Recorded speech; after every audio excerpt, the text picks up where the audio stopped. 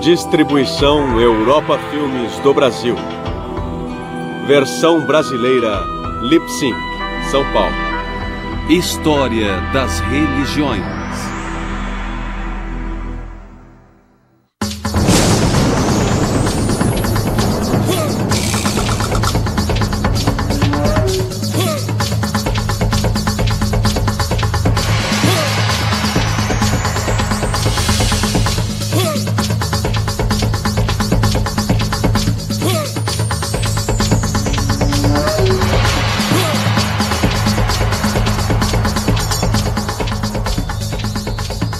Religiões de pequenas sociedades. Com o silenciar dos canhões ao fim da Primeira Guerra Mundial em novembro de 1918, o presidente norte-americano Woodrow Wilson se pronunciou. Ele queria que as nações da Europa Oriental e de outras regiões se tornassem independentes, e ele foi o grande propagador da ideia de nacionalismo. Os movimentos nacionalistas na Ásia e no resto do mundo alcançaram um sucesso quase universal. Surgiram estados nacionais por todo o mundo. Essa reorganização do globo excluiu muitas sociedades minoritárias. Tais sociedades são comumente tratadas com desdém pelas maiorias. Elas produzem pouca literatura relevante, mas são importantes para a história das religiões humanas. E sua vivência espiritual é, com frequência, profunda. Muitas das pequenas sociedades do mundo ainda vivem da caça e da coleta. Outras são voltadas para a agricultura e o pastoreio. Cercadas por poderosas indústrias e sociedades tecnológicas, essas minorias são ameaçadas de extinção ou assimilação enquanto perdem a terra que provê sua subsistência. Essas pequenas sociedades também fornecem pistas valiosas sobre as várias fases do passado da espécie humana. Antes do crescimento das cidades por volta de 5.000 anos atrás, no Oriente Médio, onde hoje se localizam o Egito, o Iraque e a Síria, a humanidade vivia como as pequenas sociedades de hoje, centradas na cultura oral. Isso foi antes de a agricultura avançar o bastante para conseguir produzir o excedente para suprir as cidades. Há relativamente poucas sociedades pequenas na Europa e na região do Oriente Próximo, porque o cristianismo e o islamismo têm dominado essas regiões desde tempos antigos. Apenas o Ártico europeu ainda é uma exceção, mas apresentaremos alguns exemplos das antigas religiões pré-escrita da Europa, dentre os vários lugares e povos com os quais iremos nos deparar. Cada uma dessas sociedades tem sua própria maneira de pensar e sua própria experiência particular. Quer andem sobre o gelo, caminhem pela floresta, atravessem o deserto ou vagueiem pelas savanas. As sociedades pequenas têm um elo especial com o seu meio ambiente.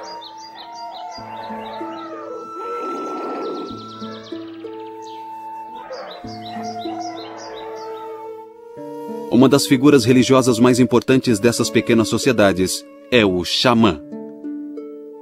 A palavra xamã é originária da Sibéria. Significa um tipo de profeta que é dado a ter experiências e visões espirituais e é treinado para tornar-se um líder religioso. Em geral, o xamã é aquele que em uma sociedade caçadora e coletora tem o dom de perceber onde a pesca, os animais ou os frutos são abundantes. Geralmente, o xamã é do sexo masculino, mas em algumas sociedades pode ser do sexo feminino. Os xamãs são aqueles que usam métodos espirituais para ajudar os que sofrem. O termo curandeiro refere-se basicamente ao xamã entre as tribos norte-americanas e outros povos aborígenes. Os xamãs são também os visionários da comunidade que ajudam a fazer a ponte entre o céu e a terra. Assim como os sacerdotes, eles conduzem cerimônias e são os guardiões das tradições do grupo. O papel do xamã inclui as funções de curandeiro, mágico, sacerdote e sensitivo. As sociedades pequenas vivenciam um mundo muito mais disposto a atender os seres humanos. São povoadas de espíritos com os quais é possível se relacionar e em que os ancestrais habitam as proximidades. Esses espíritos se manifestam nas montanhas, nas estrelas, nos rios, no sol, nas plantas, nos animais e assim por diante. Os estudiosos modernos denominam essa visão de animismo. Apesar de haver muitos deuses e entidades sobrenaturais, essas pequenas sociedades têm um deus ou uma deusa suprema que governa todos. Entre o povo Ainu, do norte do Japão, há uma complexa hierarquia de espíritos bons e maus. O maior desses deuses celestiais é o Sol. A Lua é considerada a esposa do Sol. Quando a Lua não está visível, dizem que ela foi se encontrar com seu marido. Na Terra, os Ainus acreditam que o Deus maior é o fogo. Nas religiões das pequenas sociedades, a divindade suprema é muitas vezes distante. Por esse motivo, não existem sacrifícios ou outros rituais especiais associados ao Deus Supremo. O mais provável é que entidades menores se preocupem com os homens e os animais. Mas o Deus Supremo estará sempre presente no pensamento das pessoas. Os deuses e espíritos das pequenas sociedades também podem ser almas de algum objeto material da Terra. Significa que o Deus do Fogo reaviva o fogo, onde quer que ele exista. O Deus Urso vitaliza os ursos. O Deus do Mar vitaliza o mar. Na verdade, cada manifestação terrestre de um Deus expressa o espírito daquele Deus. O Deus Supremo tende a ter certas características em quase todas as culturas, em particular nas pequenas. Primeiro, o Deus Supremo não é associado ao culto ritualizado, pois acredita-se que esse Deus seja indiferente aos seres humanos. Os humanos são criados, cuidados, recompensados e punidos por divindades menores. O Deus superior habita um reino celestial e normalmente não desce à terra. Acredita-se que ele ou ela resida nas regiões mais altas do céu, não tendo assim contato direto com seres humanos. As pequenas sociedades tradicionais pelas quais circula o xamã contêm forças poderosas que inspiram medo e alegria, atração e repulsa. Em resumo, forças que inspiram temor. O mundo religioso das pequenas sociedades, um mundo de xamãs, divindades menores, de um Deus superior, ancestrais sempre presentes, de espíritos animísticos e mortos-vivos, apresenta uma realidade que é bastante diferente daquilo a que estamos acostumados. Nas sociedades modernas, os homens são vistos em contraposição à natureza. O mundo natural é desprovido de um Deus. Temos que exercitar nossa imaginação. Temos que imaginar que os deuses vivem à nossa volta. No trovão, nas árvores, nos rios e nas montanhas, nos ursos e nos leopardos. De certo modo, não é fácil imaginar os deuses sob as luzes das ruas iluminadas pela eletricidade gerada por energia nuclear. Nas cidades iluminadas, não enxergamos as estrelas. O mistério e o poder divino são mais difíceis de encontrar no mundo moderno que iluminou a noite, viajou até a lua e curou as principais doenças. Em muitas pequenas sociedades, o xamã é uma figura de elite, atraído para sua profissão pela hereditariedade ou pelo fato de ele ter tido uma visão ou sonhos repletos de significado. A visão pode ter sido induzida por práticas ascéticas, tais como se submeter ao frio ou calor intenso. Por exemplo, chalés para suar são utilizados no norte da Europa, na América do Norte e pelos povos da Sibéria. É um tipo de tenda ou cabana, onde se colocam pedras aquecidas. São os precursores da sauna que os ocidentais modernos desmistificaram e converteram em um instrumento para alcançar o bem-estar físico. Todo xamã deve demonstrar grande talento visionário. Entre muitos nativos da América do Norte, existe a tradição fortemente arraigada na busca da visão, em que um jovem sai para viver sozinho em um local selvagem e de grande significado espiritual. Aqui, o aspirante a xamã espera que um sonho ou visão legitime seu potencial visionário. Durante o treinamento, o xamã também recebe orientações sobre remédios e plantas, aprende técnicas para afastar a morte ou ressuscitar um morto. As aventuras oníricas do xamã também o levarão a conhecer outros mundos. E isso lhe dará segurança em sua futura vocação. Ele agora é curandeiro, e é também o que os gregos chamavam de psicopompo, ou condutor das almas. O deus grego Orfeu, músico divino, capaz de encantar aves, animais, humanos e deuses, desce às regiões abissais para resgatar sua esposa, Eurídice, que morreu picada por uma cobra. Ele tem permissão de trazê-la de volta ao mundo dos mortais, desde que ele a conduza e ela o siga. Mas existe uma condição fatal. Orfeu não deve olhar para Eurídice durante o trajeto. A despeito da ordem, ele olha para ela no último momento e a perde para sempre. Em inúmeras culturas, os especialistas sagrados também usam máscaras.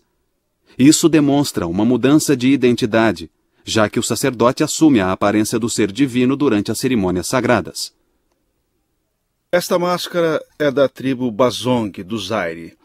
É chamada de máscara Kifube, que significa máscara, e na verdade ela é considerada a máscara para a cura mais eficaz em toda a África. A sua estruturação é magnífica, o seu formato procura recriar a aparência de um lagarto, e ainda mais significativo é que ela tem essa boca beiçuda, demonstrando a capacidade da máscara de extrair a febre dos doentes.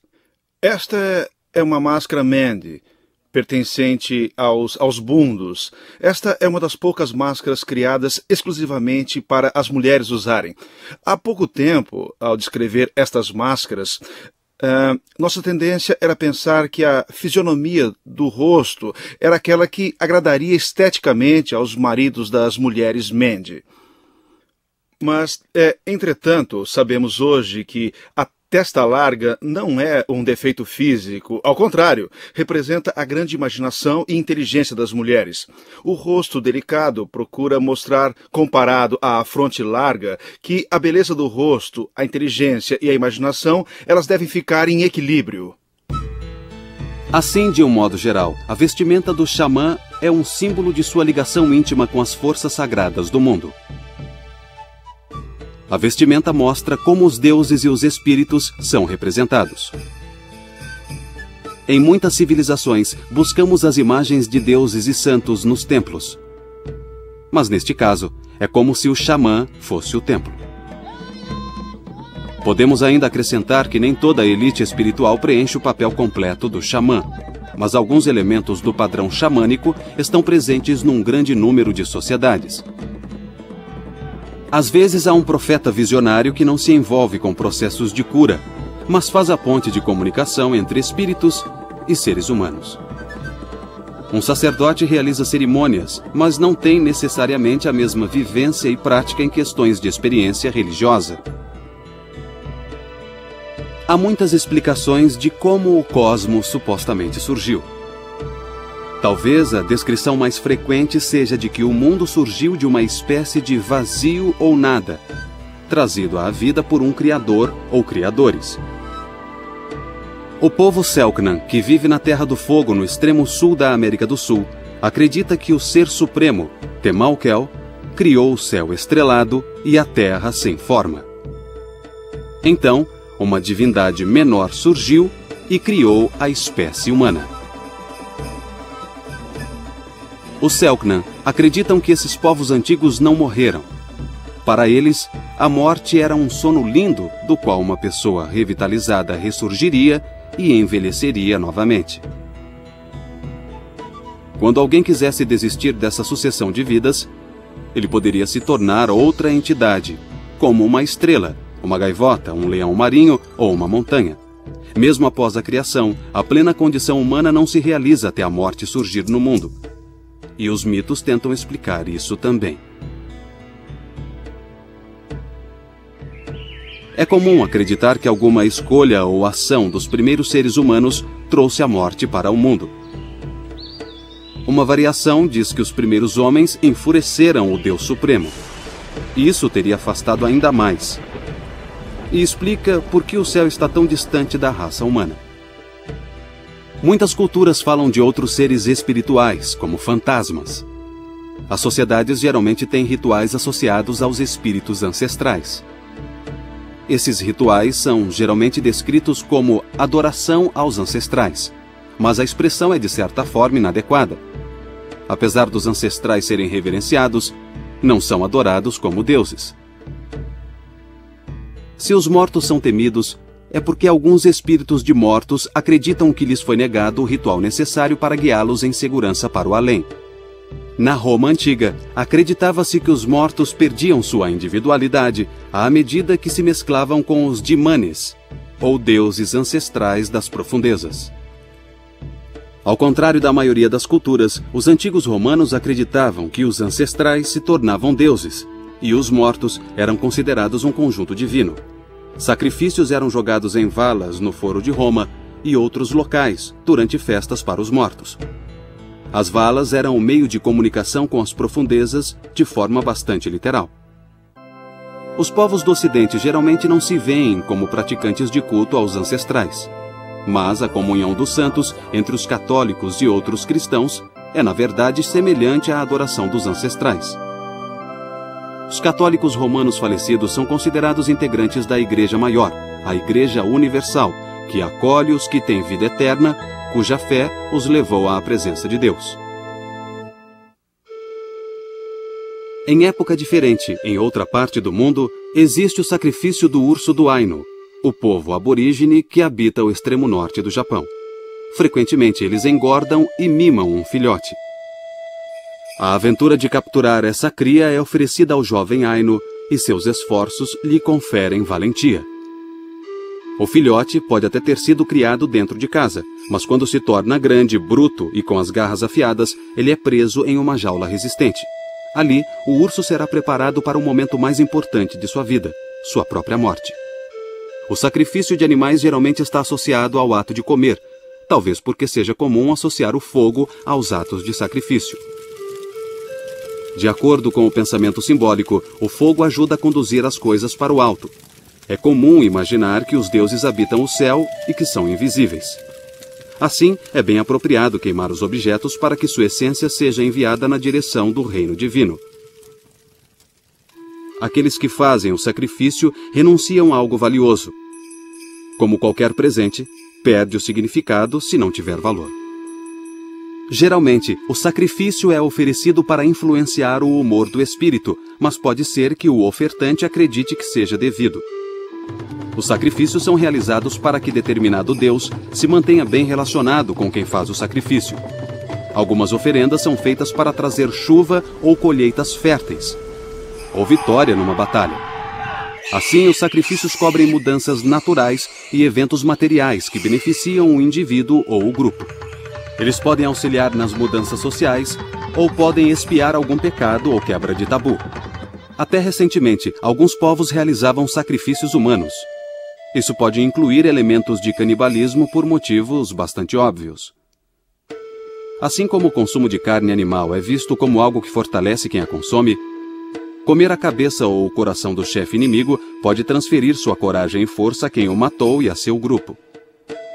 Os sacrifícios humanos eram comuns na América Central, por exemplo, entre os astecas, caribenhos e outros. A lógica dessa prática era a de que a oferenda era bastante valiosa ou poderosa. Os astecas tratavam a vítima de sacrifício com muito respeito e lhe ofereciam uma ótima vida enquanto ela durasse. Os astecas também acreditavam que o jovem a ser sacrificado se tornaria um deus após sua morte. Portanto, os rituais, privilégios e honrarias oferecidos pretendiam reconhecer ou conferir status de divindade ao futuro Deus em sua passagem desta vida para a outra. Como já vimos, nem todo sacrifício envolve a matança de homens ou animais. Vários envolvem plantas ou até presentear com artefatos. O importante é o valor da oferenda. E nem todos os rituais implicam em sacrifícios. Como já vimos, o xamã também é curandeiro, e essa função requer certos rituais.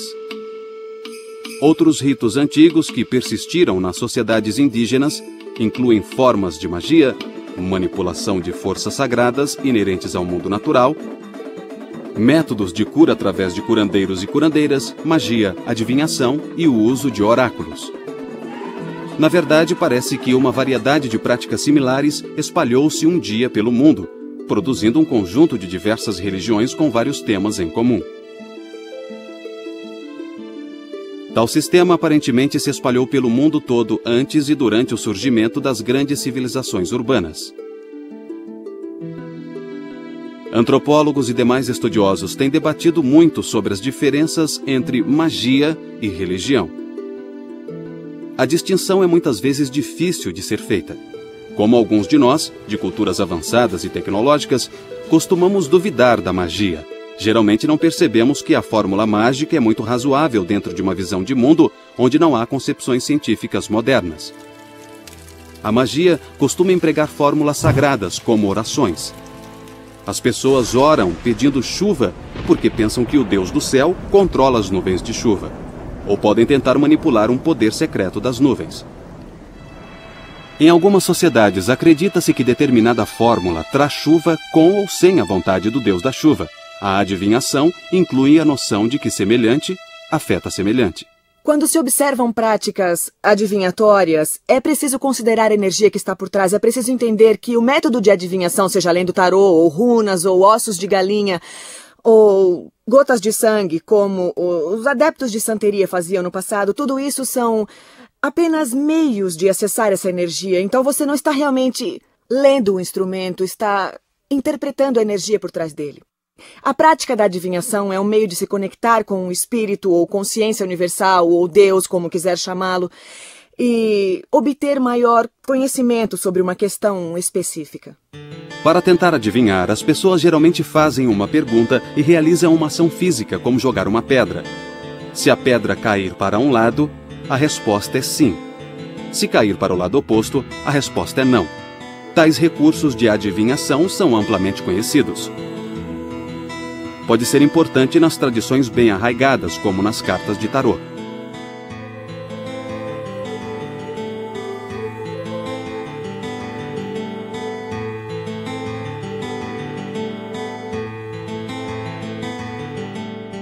Muitas pessoas também acreditam no augúrio, que é a crença em presságios.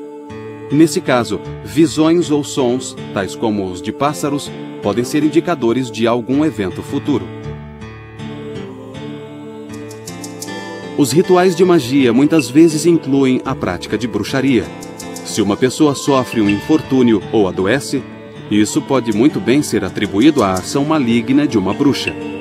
A arte da adivinhação, isto é, a leitura de oráculos, presságios e profecias, comumente inclui a tentativa de identificar o malfeitor para reverter o mal. Alguns autores ocidentais fazem uma clara distinção entre magia negra, que envolve intenção maligna, e magia branca. Muitas pessoas fazem uma distinção entre magia branca e magia negra. Magia é magia. Não existe absolutamente nenhuma diferença. Para mim, a magia é exatamente igual à eletricidade. A eletricidade flui pelo caminho mais curto. A magia tem seu próprio caminho e seu próprio fluxo. Como esse fluxo é direcionado ou aproveitado, determina se a magia está ou não sendo usada para o bem maior ou servindo aos propósitos individuais de alguém. Tudo depende da intenção com que é manipulada. Se ela for direcionada para prejudicar alguém e esse mal beneficiar diretamente uma pessoa, a maioria das pessoas a rotularia de magia negra, enquanto a magia branca tem por finalidade curar, usar a mágica para curar. Mas, na verdade, depende de como você a usa. Por exemplo, o martelo é só um martelo. Podemos usá-lo para bater um prego ou afundar o crânio de alguém. E com a magia é a mesma coisa. A palavra witch, bruxa, origina-se da palavra anglo-saxã Wicca e significa aquele que é sábio. Wicca não é satanismo. Não comemos criancinhas, não sacrificamos pessoas nem animais. Muitos dos estereótipos de hoje surgem diretamente do que foi divulgado por Hollywood.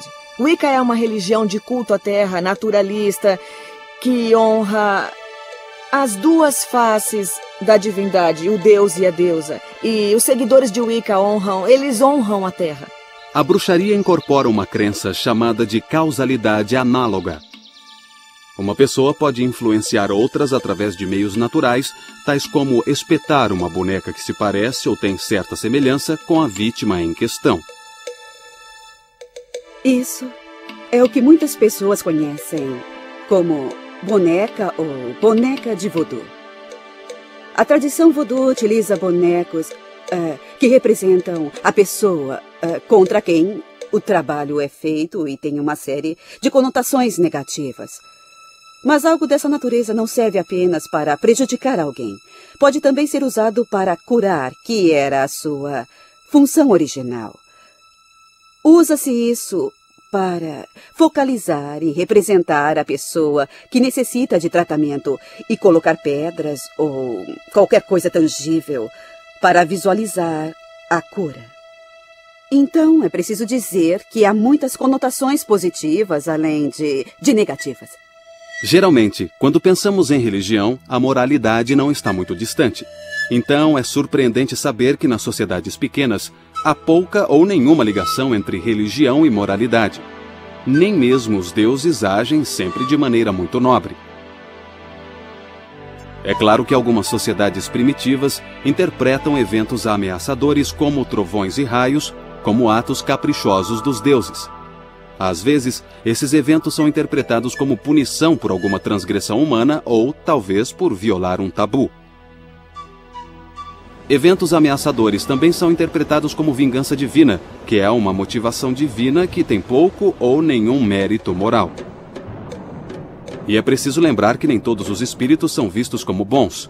Portanto, seriam atos malignos ou hostis de outros espíritos nessa ampla sociedade formada por pessoas, ancestrais e deuses. As decisões morais refletem um sistema de crenças que é normalmente derivado de uma tradição religiosa ou de algum substituto secular de fé religiosa. Assim, não deveria ser surpresa que diversos grupos indígenas considerem a moralidade, os costumes e os tabus como parte de uma visão de mundo mais ampla, que inclui o que hoje conhecemos como religião. A questão é que, para a maioria dessas sociedades, é o comportamento inadequado que ameaça o grupo. Geralmente, as sociedades também condenam as ações que possam ameaçar ou enfraquecer a comunidade. Mas numa pequena sociedade com seus ancestrais e deuses, não é fácil distinguir as normas socialmente definidas das religiosamente definidas. As pequenas sociedades seguem várias moralidades sexuais. Existe o casamento arranjado, o casamento por sequestro, o casamento temporário, a coabitação pré-marital e, em alguns grupos, até mesmo casamentos entre irmãos e irmãs. Um grupo pode ser poliândrico, no qual a mulher tem vários maridos, ou pode ser polígamo, no qual o homem tem várias esposas. As pequenas sociedades sobreviveram em ambos os casos. Enquanto o adultério seja quase sempre banido e cause conflitos em algumas sociedades, há sociedades em que a esposa é oferecida ao hóspede, como entre os inuites. Os ocidentais criticam severamente o que chamam de ética primitiva, porque ela abrange práticas como o canibalismo e o sacrifício humano, apesar de serem poucas as sociedades que as praticam. A noção de sacrifício que os primeiros missionários cristãos consideraram abominável entre os africanos, que seria o sacrifício humano e o animal, basicamente não tem muita diferença entre o ato de sangrar uma galinha e consumir o vinho, que simboliza o sangue do Salvador crucificado. Ao converter as pessoas à fé cristã, os missionários achavam que estavam elevando-as à civilização. O comportamento ocidental perante populações nativas nem sempre confirmou sua suposta superioridade moral. Indígenas vulneráveis foram exterminados indiscriminadamente. Terras foram roubadas. As mulheres nativas foram forçadas ao concubinato. Tudo isso dificilmente deu aos indígenas um senso elevado de ética ocidental. Práticas como a comunhão com os espíritos ancestrais são perfeitamente lógicas para muitos membros dessas pequenas sociedades, devido à sua visão de mundo e à sua concepção do significado do sacrifício.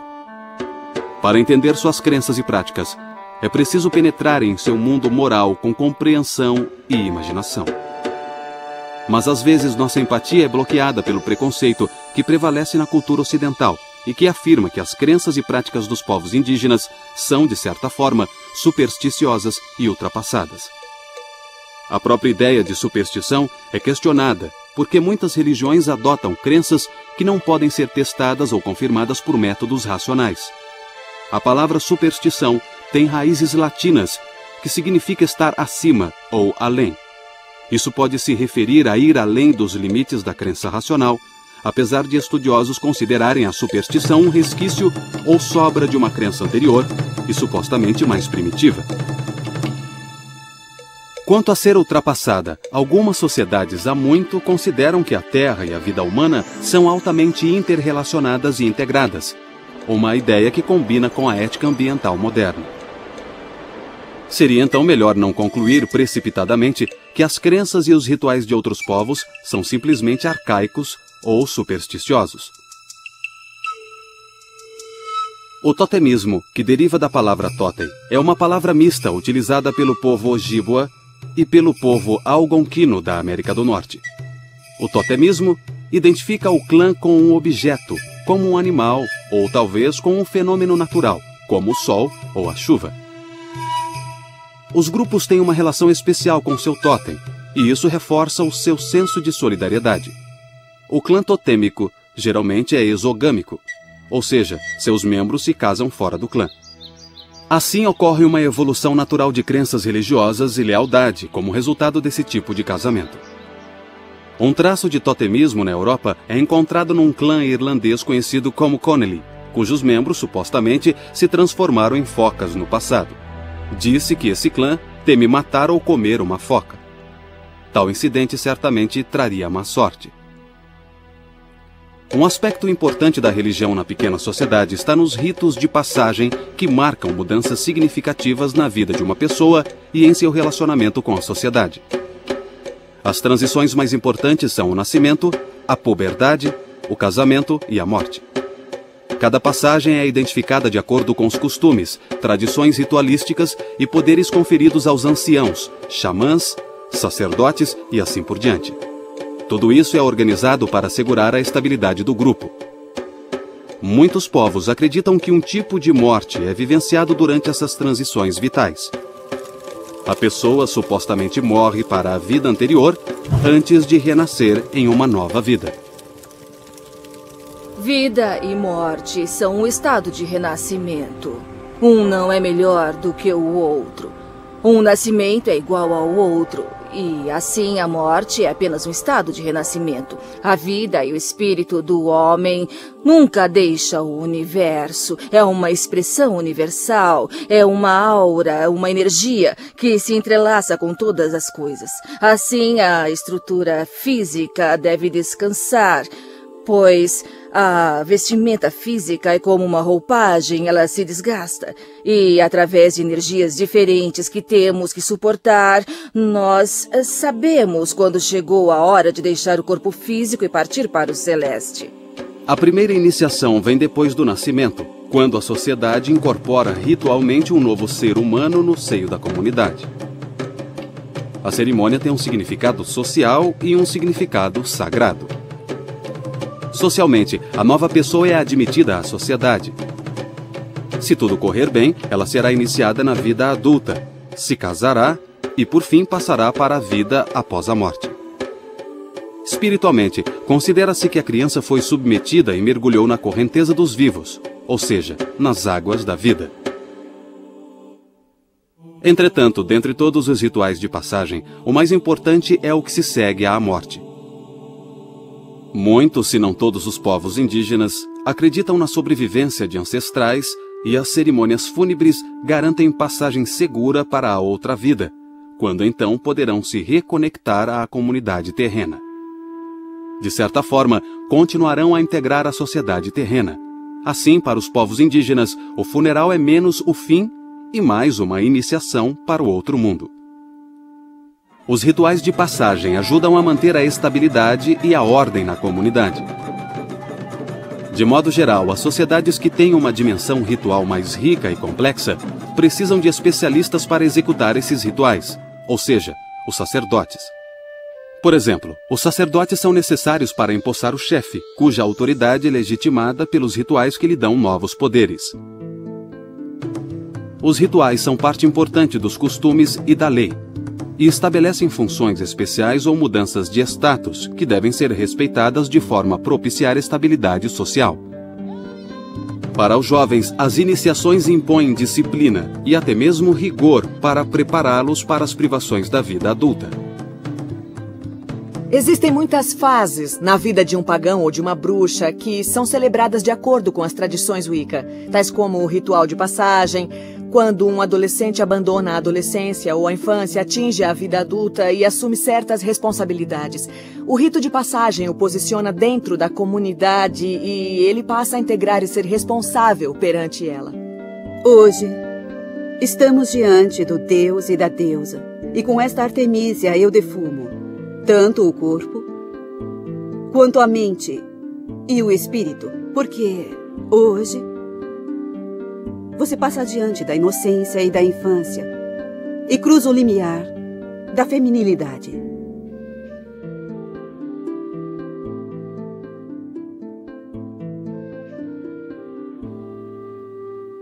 O xamã influencia a noção de tempo e espaço da comunidade. A compreensão dessas ideias é um aspecto importante das dimensões filosóficas ou doutrinárias de uma religião. Os deuses atuam em um tempo mítico, algo que os aborígenes australianos chamam de período onírico, ou de sonho. O tempo mítico é como o tempo cronológico, mas não é exatamente a mesma coisa, assim como os confins do espaço não são como o espaço comum.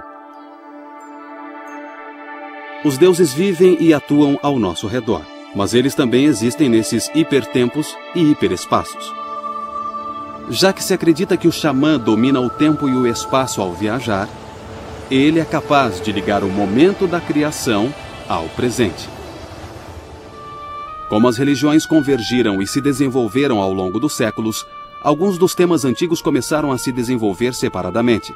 A sociedade tornou-se mais diferenciada e vários aspectos da prática e da vida xamânica foram reformulados. O impacto mais profundo nas sociedades pequenas ocorreu durante o período moderno, quando a Terra foi dominada, primeiro pelos impérios e depois pelos estados nacionais. Quando as tribos habitavam regiões cobiçadas, eram simplesmente transferidas ou dizimadas. O tráfico de escravos deslocou muitos povos e destruiu grande parte de suas culturas. Quando o Império Otomano foi vencido e desmantelado após a Primeira Guerra Mundial, muitas terras árabes foram dominadas por potências europeias. Essa imensa revolução cultural atingiu mais duramente os povos indígenas. Retraídos em seu habitat, os povos indígenas sofreram muito com o choque da era colonial moderna. O colonialismo trouxe doenças estranhas, novas técnicas fantásticas e conhecimento, missionários, escrita, governos nacionais, novas religiões, novas medicinas e uma cosmologia muito diferente. Esperava-se que essas pequenas sociedades assimilassem tudo isso num período relativamente curto. A maioria dessas sociedades apenas conseguiu evitar ser absorvida por culturas maiores. Muitas delas ainda lutam para preservar as estruturas que têm dado sentido às suas vidas. Como o sistema colonialista chegou à África do século XX, ficou claro para o africano que não importava ele se converter ao cristianismo. De uma maneira ou de outra, ele seria privado das vantagens sociais e econômicas gozadas pelo cristão branco em seu próprio meio. De fato, um dos boatos mais comuns na África inteira na virada do século era o de que os colonialistas escondiam a Bíblia verdadeira do negro africano e, por causa disso, de certa maneira, ele não podia participar plenamente da cultura, da sociedade e da riqueza material do homem branco que vivia ao seu redor. Esse descontentamento gerou uma enorme leva de profetas e messias que surgiram do seio dos grupos africanos. Esta é uma tradição, é claro, que teve como auge o arcebispo Desmond Tutu, quando ele se manifestou contrário às potências colonialistas. Foi exatamente isso o que as primeiras figuras messiânicas e proféticas fizeram na África. Até o período colonial, as forças políticas deixavam os povos indígenas livres para seguirem seus costumes. Tratado de paz. Mas agora os regimes colonialistas queriam impor uma estrutura administrativa unificada e um padrão educacional uniforme. Essas mudanças, além das influências econômicas coloniais, exerceram um impacto profundo sobre os povos indígenas, seja na Sibéria, na Patagônia, Índia Central ou no território Zulu. As guerras e a perda de território causaram um grande trauma nessas sociedades. Às vezes, as profecias eram mais ternamente sugestivas. Foi o caso da famosa Dança do Fantasma. O profeta Uavoca, da tribo norte-americana dos Paiute, instruiu seus seguidores a dançarem num ritual típico. Apesar da mensagem de Uavoca ser pacífica, os movimentos da Dança do Fantasma geraram uma reação armada. Culminou na tragédia de Wounded Knee, em 1890, na qual 200 homens, mulheres e crianças da tribo Dakota foram mortos por tropas norte-americanas no novo estado de Dakota do Sul.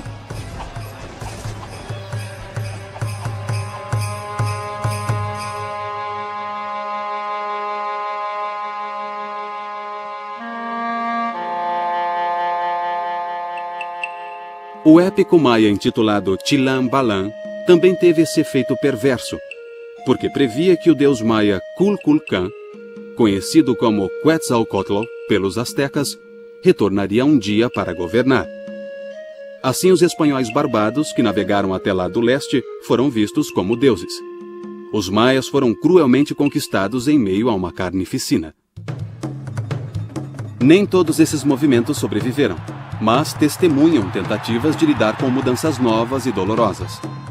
Os Zulus foram derrotados pelos britânicos em 1879 na Batalha de Ulundi, e leis posteriores os destituíram do direito à terra.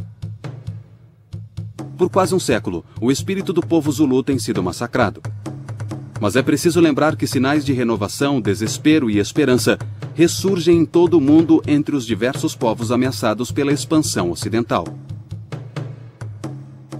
Em algumas pequenas sociedades indígenas, há um movimento superior aos movimentos religiosos por um amplo conceito de mobilização de todo um povo ou região cultural. Nessas regiões, as religiões multifacetadas de antes tenderam a se aglutinar. Novas vozes foram ouvidas entre os povos indígenas. A tendência emergente de agrupar imensas regiões culturais mostra o crescimento de uma autoconsciência entre os povos indígenas. Isso pode levar a uma concepção mais ampla e mais coletiva de suas religiões. Por exemplo, existe uma insistência crescente no interesse e na preocupação dos indígenas com respeito ao meio ambiente. A visão tradicional de que a natureza é animada pelos espíritos gera um impulso de cuidar da natureza como parceira. Os povos indígenas são especialistas em conviver com o seu meio ambiente. Eles sabem como viver em circunstâncias bem diferentes daquelas das nossas sociedades tecnológicas. Ao longo dos séculos, as grandes civilizações absorveram elementos de culturas indígenas mais antigas, transformando seus rituais em ritos que têm um novo significado.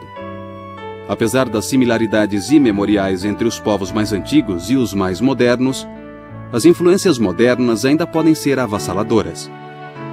O xamã perde parte de seu poder quando a rena não é caçada, e sim arrebanhada por helicópteros visando lucro.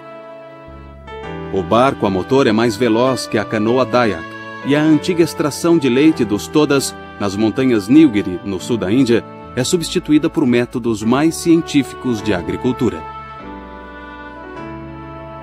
A mesma integração da pequena sociedade a expõe a armas, bebidas alcoólicas, rádios e oportunidades de viagem. Isso não significa que as religiões indígenas irão desaparecer, embora algumas talvez desapareçam. Elas sem dúvida serão alteradas em parte ao se misturar com as grandes tradições, principalmente o cristianismo. Elas também serão reinterpretadas quando confrontadas pelas mesmas forças que levaram outras tradições a serem reinterpretadas. O significado individual delas pode se fundir a unirem forças ao redor do mundo para defender seus direitos e suas tradições. Mas ainda podemos aprender algo com elas. O naturalista americano Ralph Waldo Emerson disse bem: aquele que vaga pelas florestas percebe o quanto era natural para a imaginação dos pagãos encontrar deuses em cada bosque e em cada nascente. Para o pagão, a natureza não parece estar em silêncio, mas sedenta e ávida para irromper em música. Cada árvore, flor e pedra é investida por ele de vida e de caráter. E é impossível que o vento, que sopra um som tão expressivo por entre as folhas, não signifique nada.